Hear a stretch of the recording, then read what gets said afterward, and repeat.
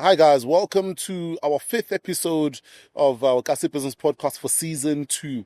Super excited to be, profiling a gentleman I really look up to. And I actually definitely mean that.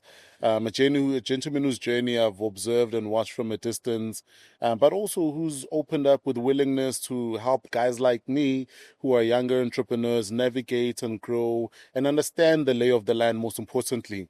But, before we get into the meat of today's conversation, guys, as you know, the eKasi Business Podcast is a platform we've created to profile business leaders, but also most importantly, agencies, with the hopes that we'll unpack information and share resources and practical tools that you can utilize to navigate, scale, and grow your business.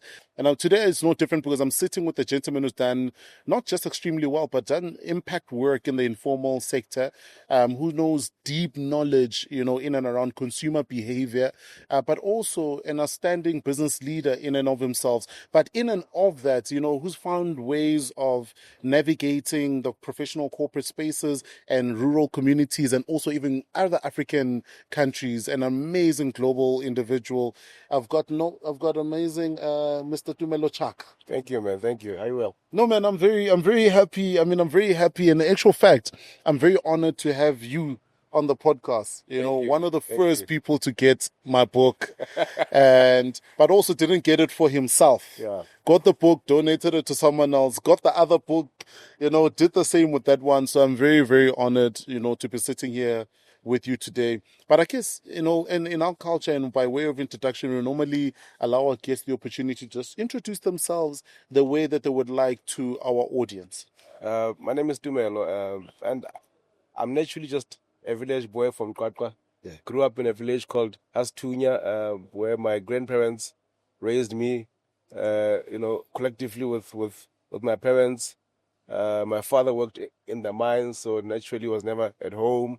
Had to be, away from home to go seek economic benefits for us as a family. My mother was a teacher for the longest time, but I was privileged to be raised by parents that thought beyond just the village. So schooling, I was happy to have gone to a boys' college where I learned different stuff. I think that's where I started to adopt ways of looking at where I come from and where I'm living.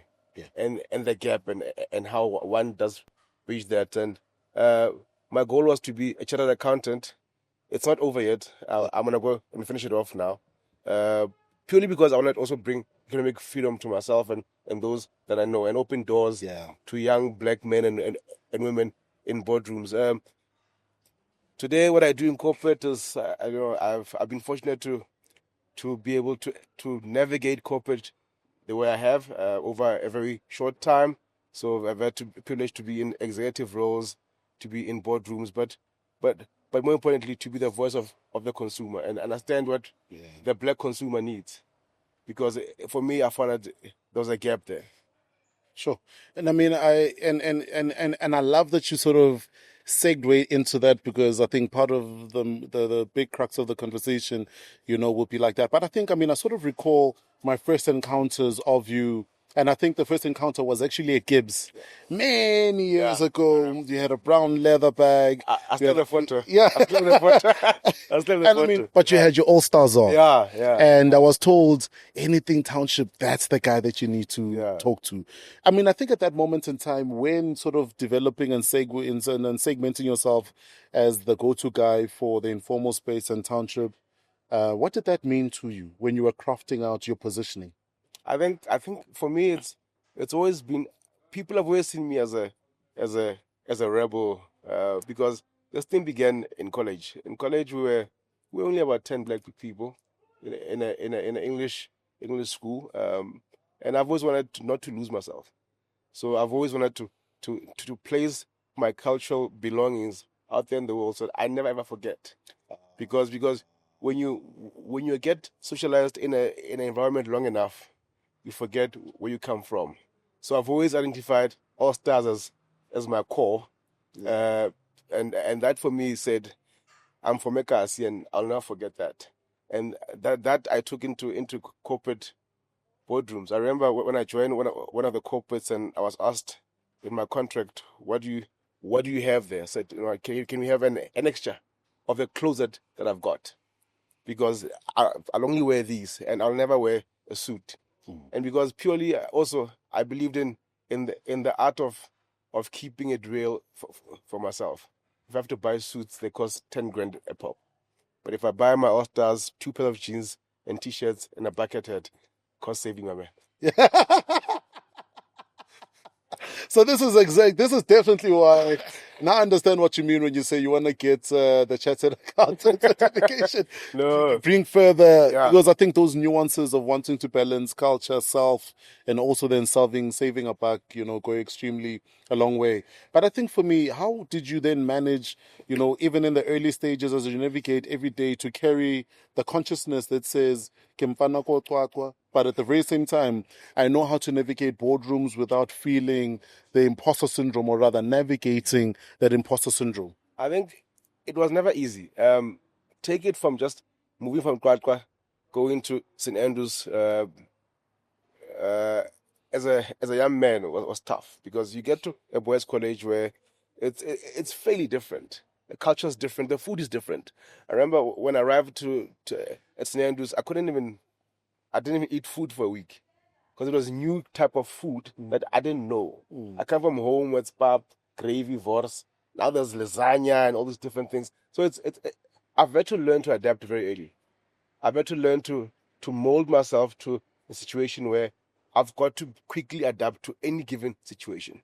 But in that adaptation, I need to find the core of me and never lose myself, because I really love my dad, and I appreciate how he's taught me. And the one thing he said to me when I went to St. Andrews, he said to me, "Tumelo, never lose who you are. Let them have to adapt to who you are."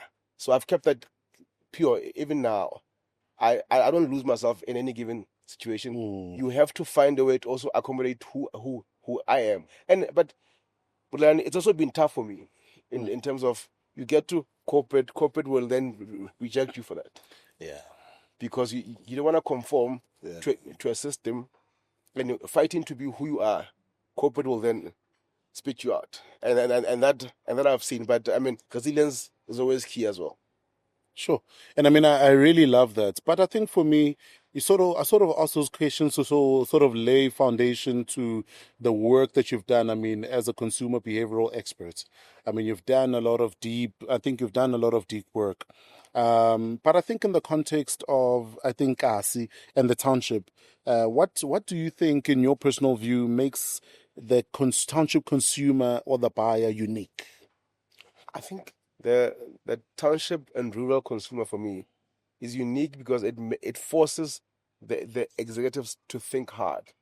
It forces executives and any practitioner to really dig deep, because it's easier to solve for someone with money, because it's about tastes, it's about lifestyle. If you deal with township and rural consumers, it's about survival. It's about also dignity, and to solve for dignity is complex. Yeah, sure. But I think for me, when you sort of look at I sort of look at the market in and itself, right?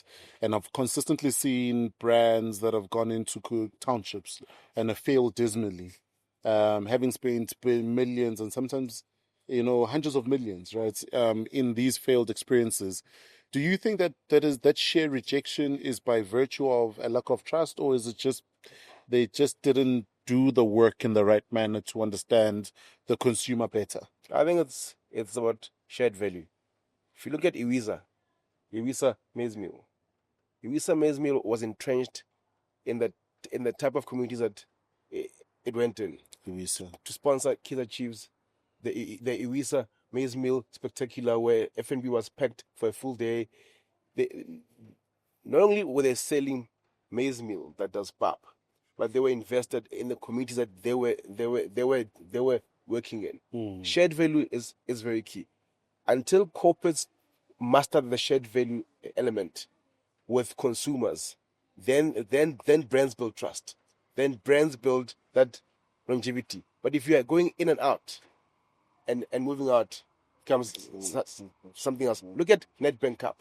Nedbank Cup has built shared value.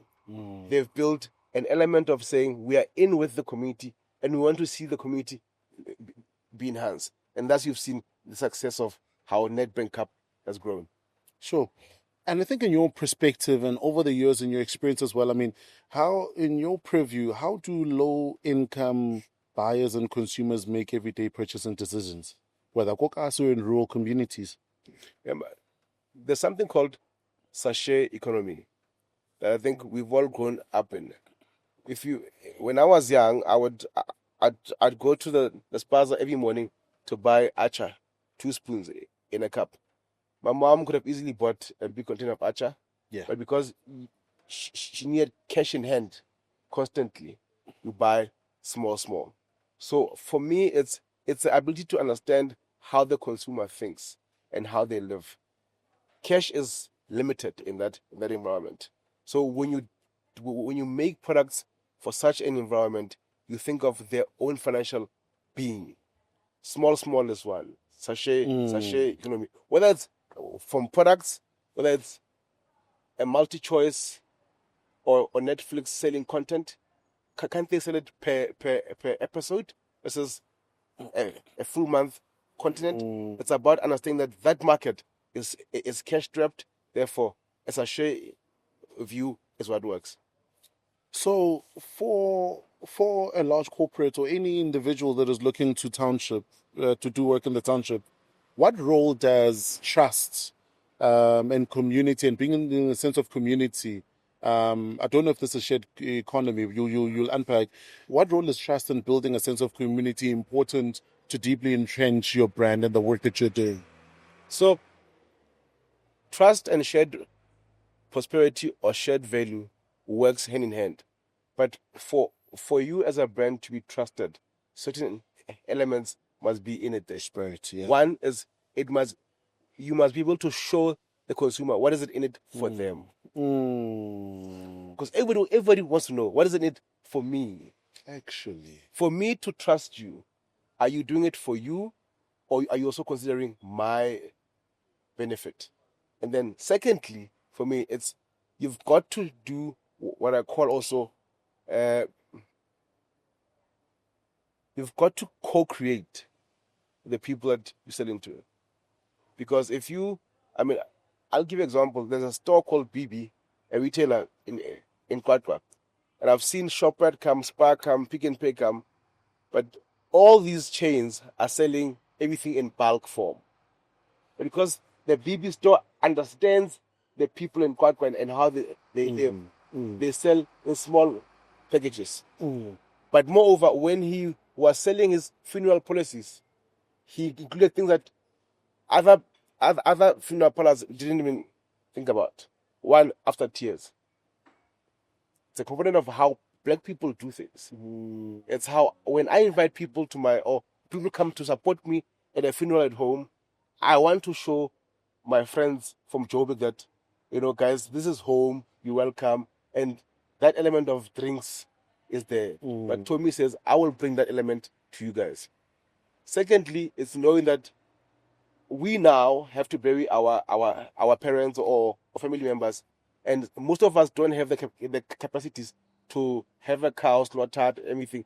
He does it for the family, but allows you to do the ceremonial stuff around it. He will have the cow slaughtered and packaged in butcher packs for you. It's saying, how do you move with the consumer in the times that they moved into? Sure. And I really love that because, it shows a deep sense of understanding. Yeah. But what does it take for one to have a deep sense of understanding? Do I need to be from that community, be born in that community? And because the concept of being deeply entrenched, what does deeply entrenched mean? It means walk in the shoes of the customer. Tommy is from Soweto. He's operating like he knows the customer well because he walks in the shoes of the customer. And for me, it's you really don't have to do a lot of insights or deep analysis. It's just knowing, being in the shoes of the. When people talk about Raymond Ackerman, they say Raymond walked the floors. He knew what's happening on the floors of Pick n Pay. He knew the pains of the customer. He was the customer. Sure. I mean, I really love that because I think, when I think about it in the context of the fact that I'm a business owner, is you need to know your business. Yeah. You need to walk in the feet of the customer and the consumer so that you're able to, navigate, in your perspective in the work that you've done. I mean, the taxi sector, the work that you've done across the board in the informal, what are some of the misconceptions that you believe are still out there or still even prevalent about this informal, what they still call an informal market? The biggest misconception I've found is that the taxi industry is the most disorganized industry. It's the most organized industry I've ever, more than corporate. Yeah, Uh, sure. I love that. more than corporate, well structured. There's ways of working. There's policies of driving effectiveness, and for me, it's probably the most organized, most disciplined structures I've ever seen. And I've learned to respect that. I guess purely because also I've seen, but from a distance, family-run taxi businesses, but I never understood the intricacy of what's happening there. Now that I'm engaging with them on a very close level, it's probably the most organized business you'll ever find. Sure. I mean, I think that's very interesting because I think that's not just an eye opener for a large corporate. It's also an eye opener for consumers. But I think, in your perspective and purview, I mean, we see a lot of products being created, but the product positioning versus the consumer is sort of worlds apart. Is that because of the fact that there's little data and insights on the informal sector, the township economy, or is it just ignored in general? I think it's just corporate laziness. That's what it is. Because and I'm talking for myself as well. I think it's corporate laziness. It's just shortcuts because it's easier to solution for high end market. Like I said, the stats is easier to get. Data is free to get. The issue of having to truly understand and truly go and find a way to create shared value. I think it's an issue of corporates. As corporates, we want to make more profits and lose the part of making an impact. But also, there's that balance intersection where you can make impact and still make profit. But we're chasing the other over the other. Therefore, we're not able to create products that solution the customer, but also gives us the profits. I mean, I look at private banking. In banking, they create the most sophisticated solutions for top end market. Some of those things, when those things don't work, they flush them down to the low end market with less thought, because it didn't work here. You then have to push it into this low end market. So I think it's just corporate laziness. Sure. And I think for me, I think on the concept of the shared value, what are some of I think even just the first 6 questions that we've unpacked, in your case, I mean, you sort of spoke about Iwisa, the Nedbank Cup, driving shared value. But in your view, what are some of the case studies or your thoughts on brands that have done an extremely good job in deeply entrenching themselves in townships, with the township consumer being the winner? I have to, and this might be a controversial perspective, but SAB has been able to really go the whole mile by being able to, 1 year, create sustainable tavern businesses that are able to feed people in townships and create stable businesses whilst selling the product. Yes, you can be telling me that alcohol has destroyed many families, but if you look at how many businesses have survived in townships that have built families that are tavern based, and SAB has done, for me, has gone out there to say, how do you improve your tavern? The Heinekens have gone to build concepts called the Tavern of Tomorrow, where they give you data to analyze your stock. your pricing and so forth, to build solid business. And for me, entrepreneurs, we can look at the social element, and that is a different element of it, But the entrepreneurial part of building great businesses, I think they've done well, and they've also done a lot of improvements within townships. Whether it's the owner driver concept that SAB had with trucks and creating businesses there. I think for me, forget the product that they sell. As a business, they've been able to be there and drive social, for me, cohesion and economic status in building businesses in the township. That's one. Two, I think I've seen it's Unilever has tried to make its impact, but for me, I think it's because the cash and carries are able to squeeze them. You find that more. Again, I'll use BB as an example because I live close to it. Every year, BB offers a car to consumers who buy maybe over 250, whatever. But these are collaborations with Unilever, where they find ways to enhance the customer through activations and engagements. But lastly, the one that I think also has done well for me, beyond SAB, I think some banks have really done well to go out there. FNB has done well in its stance to go out there in the community for financial inclusion, financial management, but also to get local market consultants and people out there in the market to engage the communities. Sure. And I mean, I really, really love that. But we sort of look at where we are now, and I think before I get into the other segments of the market, without also giving out too much, right? Because you're an expert in this field and the corporates must pay, you guys must pay for this knowledge.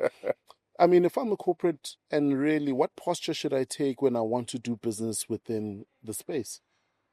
Because I remember a couple of years ago when Pick n Pay went into this market and failed dismally, and I think some of the guys were mentioning stuff like we were forced to stock dog food. Yeah. We were forced to stock swimming pool gear. No one has a pool, sure. In the township. What are those, not even all, just two things that you need to do or think about? So one is market at the speed of culture. Is understand the cultural nuances of the people you are serving. If you're gonna do what Mr. Price did by putting a container in a township to sell clothes and expect people to have a small little compartment of a fitting room and change and dignity, I'm poor. I'm not stupid. I'm poor. I also want dignity. I know there's some research that we're doing with the Liberty UCT Institute. I remember one of the ladies that was interviewed. She says, regardless of how much money I have at the end, I will never compromise on Nivea. Regardless how much money I've got, to ply is important to me. Even though she earns little money, but there's certain products and brands that she'll never compromise on. She's only economically limited, but her ambitions are not linked to her economic limitations. So if we understand that consumers have got ambitions as well, we are able to then cater for those. And then for me, the other part is that understand the market in terms of usage. Whether you want to push product at high volumes, think about how the market wants to consume that product. And it goes back to what I was saying looking at the work that I've seen in the media space. If you're gonna work with an American way of doing things, like what Netflix does, is you offer consumers a month subscription with a credit card as a form of payment. But in Africa, how does it work? We work with cash. And we consume on the go. And we only consume what we can afford. So if I want to see outlaws 4 episodes. I'll only pay for Outlaws 4 episodes. Don't force me to take a full month subscription. Full month, yeah. Because maybe I can afford it. I can only afford 4. And also, we as black communities, we need to have cash in hand because anything can happen. Next week could be a funeral at my home. If I'm committing money everywhere else, I need money to be in hand. So as you build products that web consumers can buy on demand.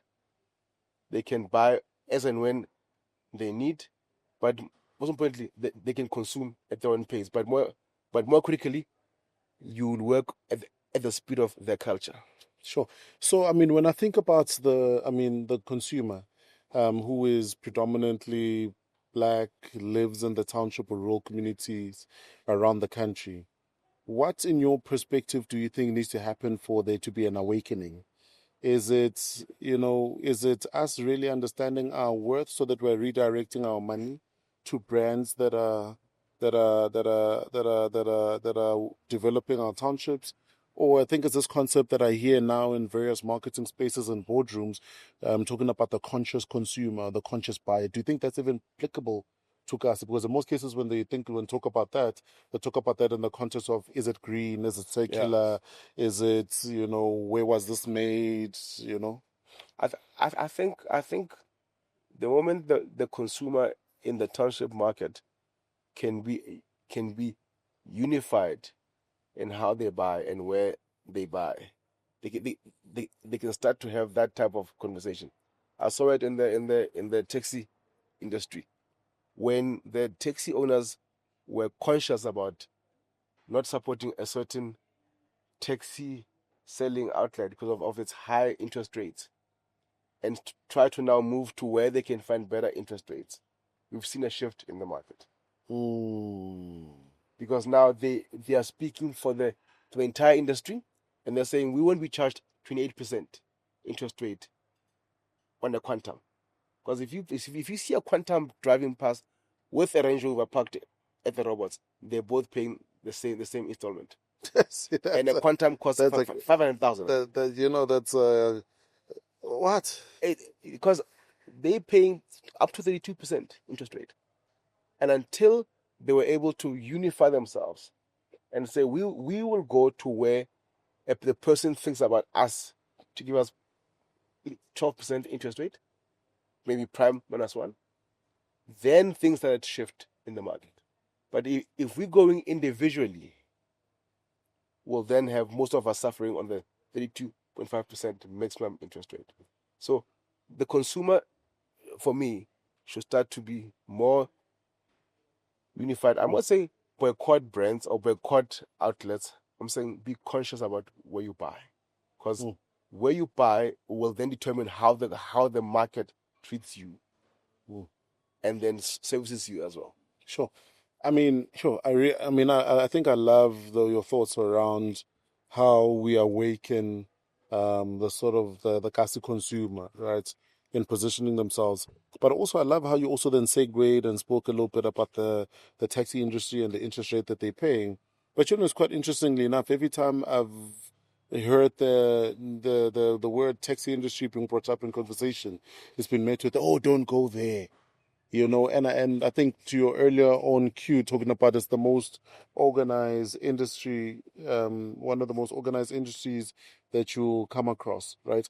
Do you believe, in your view, it's don't go there, or it's a lack of knowledge that's keeping people to wanting to go into that space and understand that space? Or do you find that it's what I experience in some of my work, where the brand wants to go, but they don't want to go unless they do it their way? I think it's one of two things. It's brands don't want to go because brands don't want to do the work. Secondly, brands don't want to go because brands don't understand how this thing works. 15 million commuters go through taxi industry every day. 9 million households every day. Whether you want to find that consumer at a telco, or you want to find them via a ShopRite or a Checkers or a Pick n Pay or a Boxer, or you want to find them this is the same customer that moves through the taxi industry. So also it's because I think corporates don't want to give away a lot. Because you can have a billboard parked at anywhere in Joburg that's stationary. Yes, you've got probably 500,000 eyeballs every hour or whatever. But if you have a branded or 30 or 3,000 branded taxis moving continuously, you've got a better billboard that's moving everywhere. But people are willing to pay so much money for a big billboard, but don't want to pay the taxi owner for the asset of branding that asset and moving around. So it's those elements where you want to get the most out of this industry, but pay little. But you also don't want to understand how things work there. I mean, obviously, and I mean, I love that. But I think, in jumping into that, I then bring up the conversation around, which is ordinarily considered as a controversial conversation, but the conversation really around spaza shops and the sorts, right? Yeah. Is it, in your perspective and view, is it, I think, the way that the lay of the land is moving now, where we are trying to get people back into these puzzle shops, as opposed to the fact that we're the forerunners in this space, but negated them? I think my view has always been, but we're always at the helm. There was something that broke in between the old generation and the current, where we view it currently, the younger generation as, but imagine selling stuff because puzzle shop. Where we now see an awakening with, the foreign nationals coming into that space in a more organized fashion. So I think my question really is, what are your thoughts around innovating and innovating the spaza shop sector, and also just on the back of that, just segueing in, what then, is the importance of us as township consumers and township business individuals working together as a collective in disrupting the market? And I think that last part is a key part. What hasn't worked is that we don't work as a collective. And what makes the Pakistani community work is they function as a buying group in terms of the terms of retail, right?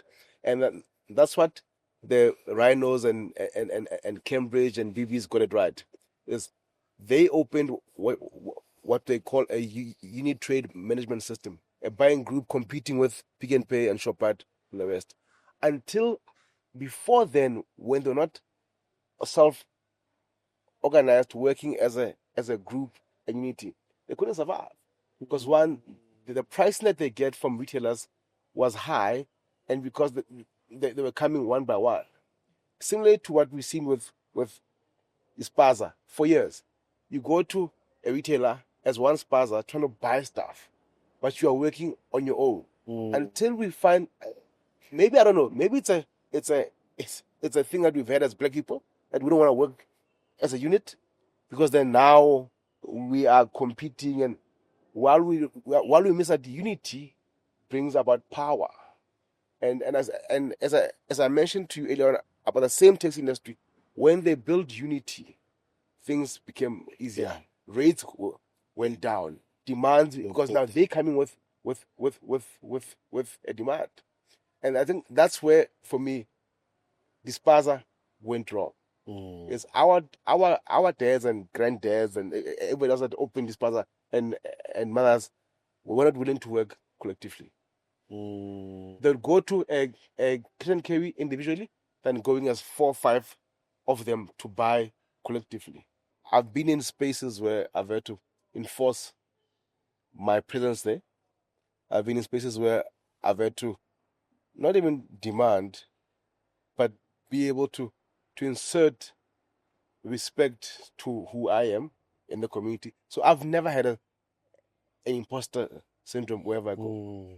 Because I was raised to know and be factual to myself that wherever I am, I either want to be there, therefore I don't need to seek belonging or being there. I've chosen to be in that space, and my contribution is going to be able to then be available. But moreover, as a child, I've always thought, how do I compete on a bigger scale? I've never thought about my village as being the biggest thing. Someone once said to me, when you haven't traveled, you think your mom is the best cook.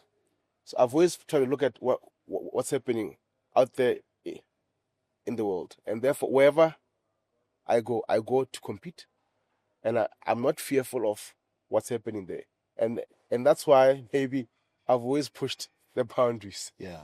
To always to make everybody to ask questions that are hard for people in the room, and there's something that Mzamo always said this to me. Says, beware of men in corporate rooms who want to use women's intellectual as their own.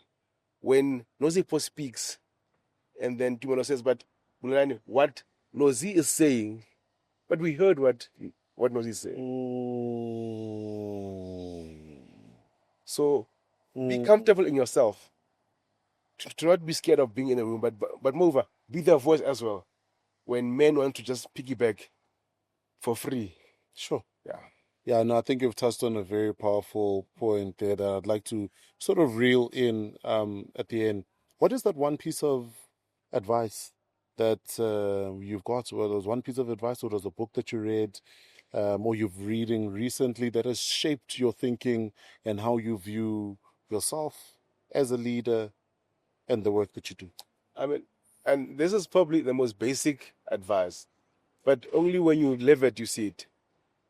Education open doors. Okay. So my dad and my mom gave it that blunt, that low key. It's not profound, right? Education opens doors. And then a Tebe comes and says, here's what I call the hygiene triangle, that cut into 3 parts. Bottom is the hygiene. If you have your Ph.Ds, your whatevers, in the middle is evidence. Do great work. On top is claim. When you build these two, you can claim whatever. So my mom gave it to me in a very simple form, and my dad. And Atebe gives it in a nice framework, MBA thing. But the crux of it all is, I've seen for me is, I've tried entrepreneurship as a varsity dropout. I've succeeded, but it was hard. I then chose to get that hygiene part element done, get a couple of qualifications. Obviously, not only am I chasing for qualifications, I go for education as well, in learning from my peers and everything else. But that for me, I've seen to be the best advice, is going forward. Even now, I still need to learn some more in the next 25 years to become relevant and stay in tune. But anybody I can meet, this doesn't matter how old you are, education is the way forward. You know what I love about that, right? I think there's always been this thing I was introduced to years ago, and I think you hit the nail on the head. That, I guess the concept that says we start businesses according to the level of our education, knowledge, and exposure. Yeah. And I think you've hit the nail on the head in around the education part. But I think how important, and I think I want to sort of bring up almost indirectly a conversation we had where you're talking about the importance of even exposing yourself to other countries and other spaces.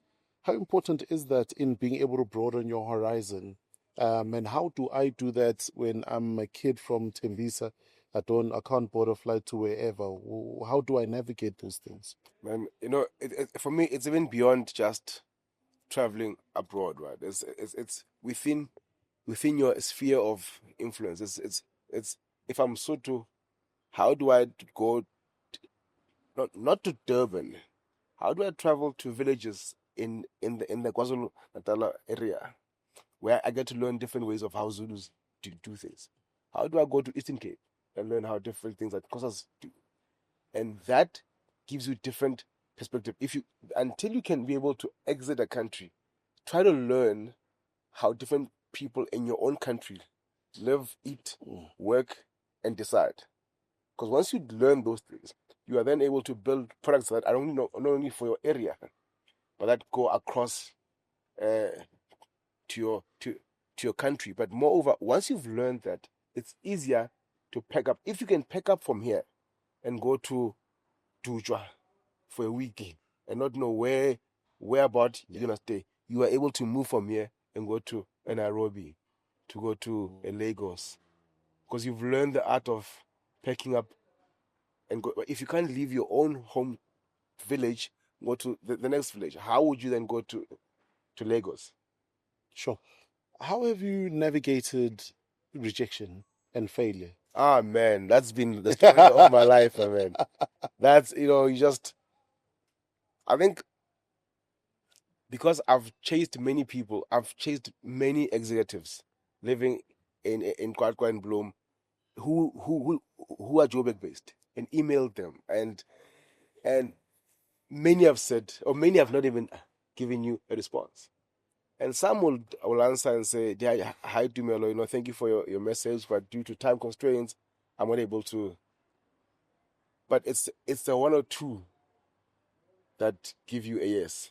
So for me, my view is, when I ask for help, when I knock on a door and I don't get the answer that I was hoping for, my situation hasn't changed.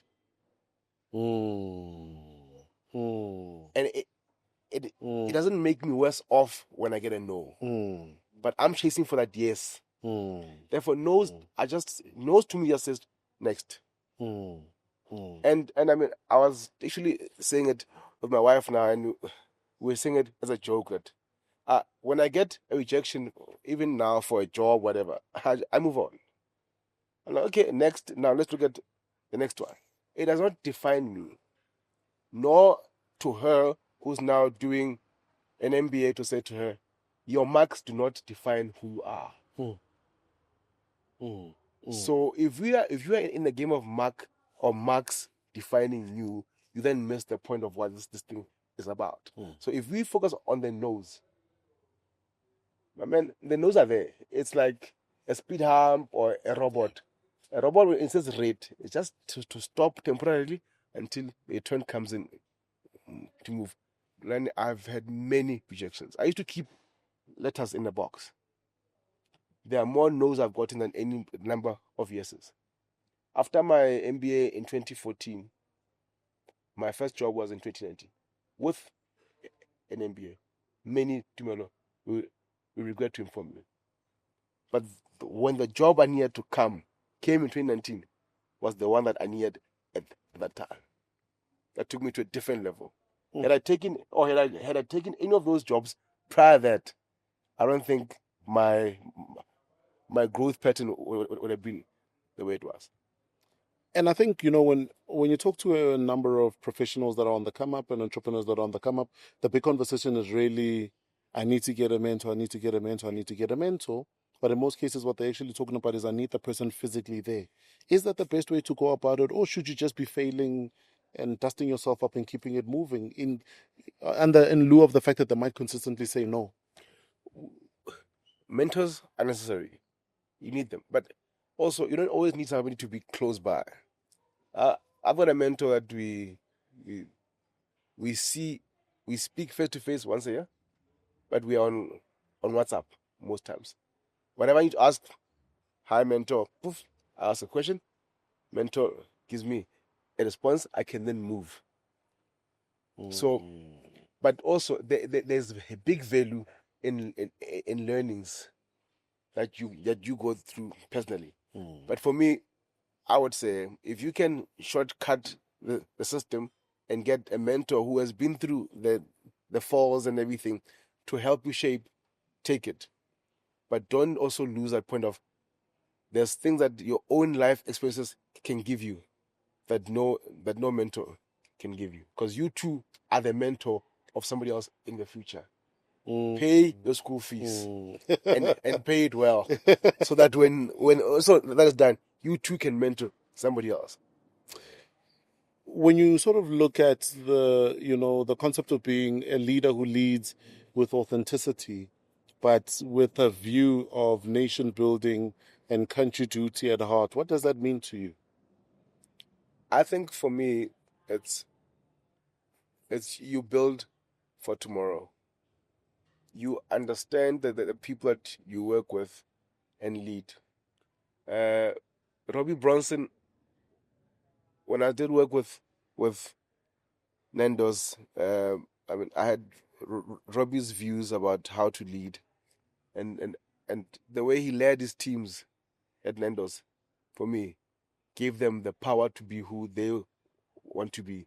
But there's a lady I met there, Sazrina. Sazrina was a chief culture officer of Nando's, and she said to me, when you employ somebody, know where they live. Basically take them home and see how many taxis they take to get one to work.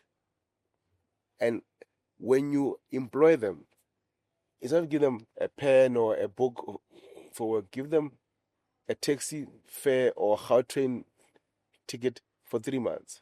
Because what you've done is you've stopped them going to seek for a loan for 3 months for transport. What you think is giving them freedom by giving them a job, you've got them into more debt because they must now go and look for funding just to get to work.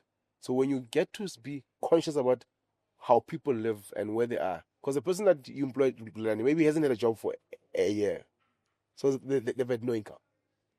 So if you employ somebody who lives in Tembisa and goes to Senton, and they've been employed for a year, the first thing they must now find out is money for transport. From where? The neighbor. And when they get paid, they're paying back the neighbor, but it will take them 8 months to recover that funding that they've been getting. But if you can employ somebody and say, Tumelo, you are now accepted to work at X company in Senton, but here's 3 months taxi fare or 3 months car train fare. You've now stopped them having go to seek for financing. So lead with consciousness. Because you too were employed at that age, had to go and find money for taxi. Don't forget how it is to be a graduate. Sure. I think that for me was Yeah.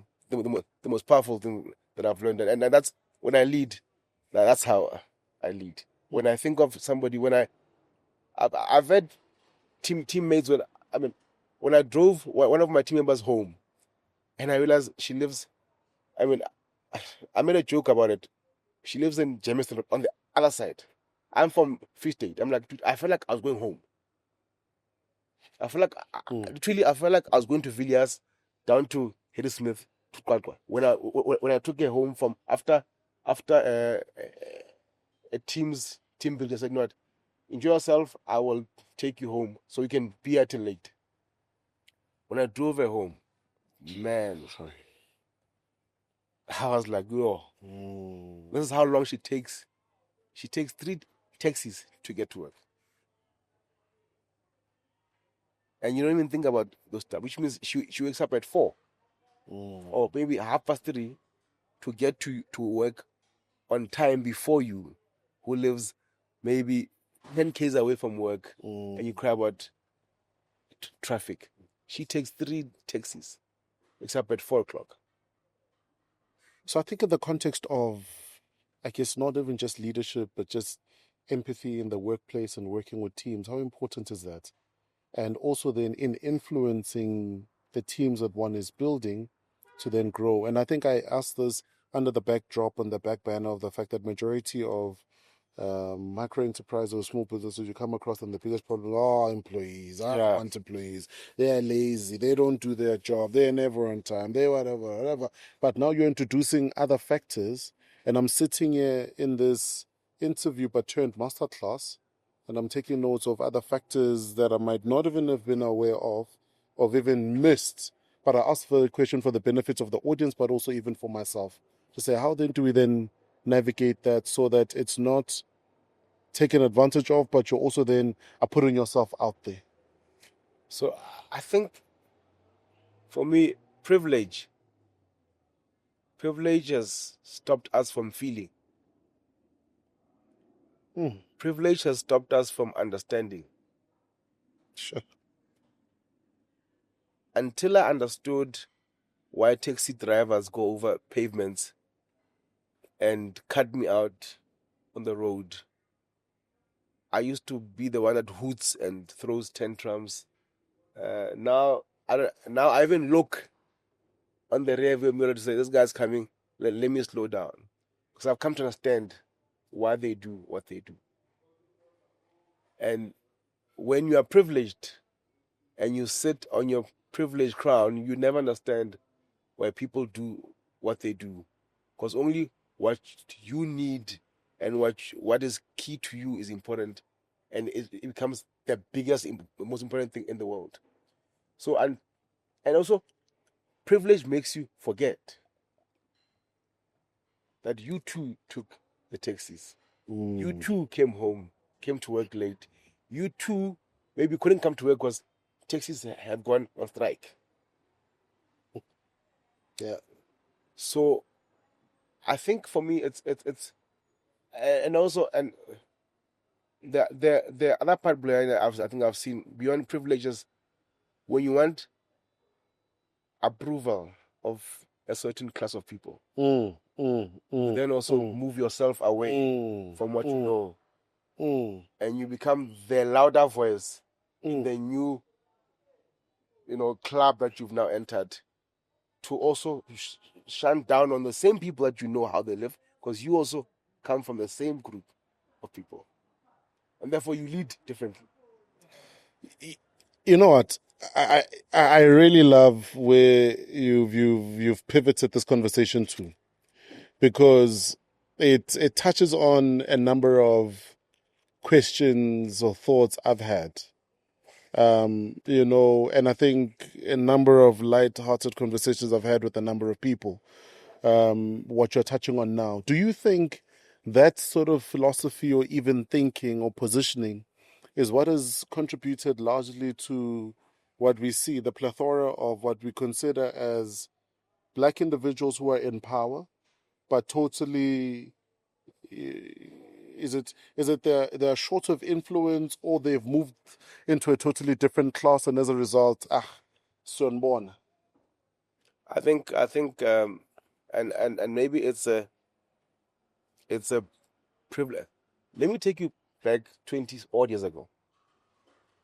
20 almost near 30 years ago, I was privileged to lead at a boys' school where being a black leader was not common. And being head of house and running a whole hostel and all, in a boys' college, it's big.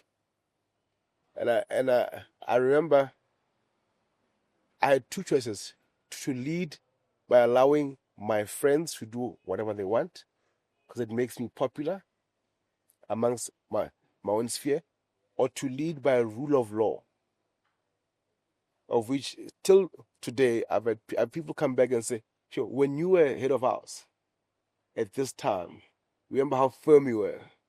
And we never thought at that point that we thought you didn't like us. Most people lead with popularity because it is easier to do that, because you seek approval when things are, because leadership is tough. And nobody wants to come and become a true leader on themselves. Most people, and I mean, now I'm reading a lot because I'm looking at public sector leadership and how that crumbles.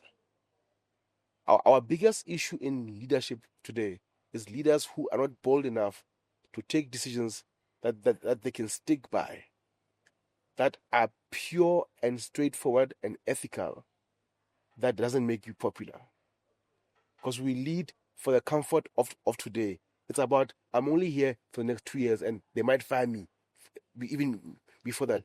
Nobody leads for legacy anymore. We are 30 years post-apartheid. In Kwakwa, we think about Dr. Tumelo, who led with education, who made sure that Kwakwa is a foundation of education. He didn't do it for himself. He did it for the future. And there are many people, whether you go to Vosloorus or Eastern Cape or wherever, who were taught in Kwakwa, who are teachers today, or are even retirees of being teachers who were taught in Kwakwa. Tumelo Dr. Tikemo Ph.D. did not do it for himself, he did it for the future. We now lead for today. For what I'm going to get to today. When we put you into leadership, you're already planning, how do I gain before I even get out? In this world that is ever moving, that is driven by a deep sense of consumerism, where the illusion to a degree of social connectedness of LinkedIn and social media has engulfed our everyday lives into thinking that we're connected, but we are not. How have you found ways of finding your center and finding your inner voice in this chaotic and ever loud, we want it now, we want it in 2 minutes, we don't care? So I don't post current affairs. I post to inspire. I share my stories that anybody can relate to. That's why I'm not on Twitter. I don't want to get involved in. I can have current affair discussions with friends, but I'm not gonna get into a space where I know that it's not my forte. My life is based on the view of inspiring others to know that one, it's possible. Two, you can do it despite of any obstacles. Three, I am you. We are both human, and you can do stuff. So I try to move away from getting involved in the rush of what's happening and in the daily. Because some people, their job is to just bash and kill. Yeah. That's what they live and wake up waiting for. I don't want to get involved in that. My job is to inspire. Oh, my purpose is to inspire, and if it means that I choose which social media elements to get involved in, yeah, but I don't get involved in the daily conversational issues of having debates around whether the police are doing the right thing or not. Or my purpose is to inspire those that are seeking inspiration to, because I was also there. We need somebody else to also inspire me. So I've always said there's a typical thing. There's a Mzamo. If I can be 5 or 10 of those to more people, I'm happy. Sure. No, I mean, I really love this. So as we draw closer to the end of this chat, that I definitely don't want to have end, what inspires you? Or who has inspired you along the way? So before I found external inspiration, I think I've always dreamt bigger for myself. I've always wanted more for myself. And but more importantly, the first person that inspired me is my dad. My dad grew up without parents from the age of 4, and he built the life that he did. Second layer was my grandparents from my mom's side. They, from how they've lived and how they built their family, that inspired me. Then thirdly, from that element, it's the area that I lived in. The dads and the fathers in my area in Katwa were fathers to everybody. And they inspired me in how they did their stuff. I mean, there was a gentleman called Dademanti at home who always called me professor at a very young age. Says to me, Wena, o professor agawe. One day you'll be big, you'll be a mathematician. And I think that man, for what he saw in me, I've always said, I won't stop until I get there. And it's those type of validations that you got. Because my father worked in the mines, so he was never at home every day. But so when other men made a point that they need to inspire me in that sense, for me it went. And then I started looking out of I mean, everybody knows my story with Tebe Galifeng. I've then looked at him and what he's done. I remember knowing an MBA from Tebe and saying, I too want to have that. And it's those things I've seen the right people. And as you grow older, you find people on the way as well that then inspire you. But for me, it's you don't need one person to inspire you. Different people can, and they don't always have to be high ranking. For me, it's always been the most ordinary people have inspired me to be great. Recently, I met a lady at a coffee shop, and I mean, I just saw her, the way she handles consumers, and I asked her, so what do you do? Where are you from? She mentioned where she's from, and to my shock, she says, I'm busy with a master's in finance at UJ. She inspires me. Her name is Nonku. She inspires me because even though she's on the journey, she's not stopping what she needs to do. She says, I might pivot, but I will keep on going. And people like that absolutely inspire me. Then the last two are really just centered around what messages in your heart or thoughts for these entrepreneurs that are watching this, or just the audience, because they could even be professionals or corporate, as a message, a closing message. And then who are the two individuals you'd like to have on this podcast? Okay, so let's start with the message. For me, it's while in process, stick to the plan, and I can't give that line even more justice than Pastor TJX can. There's a sermon he gave. It's termed "While in process, stick to the plan." Yeah. He says, "What is the process? It's when you're in between places, when you can't rely on what you used to rely on, and when you can't rely on what you're gonna get in the future. When you're in between process. So, entrepreneurship, you are always in between process. You are in the process. You are in between two places. Sure. And while in process, stick to the plan.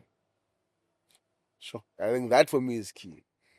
And then people I think deserve to be or to come through here. Sure. I think you must find a lady called Nobesu Twindlove. She ran Burgundy Fly clothing brand. I've seen her do exceptionally well at Nedbank. I'm seeing her doing exceptionally great work as director of SME at Old Mutual. She's innovative.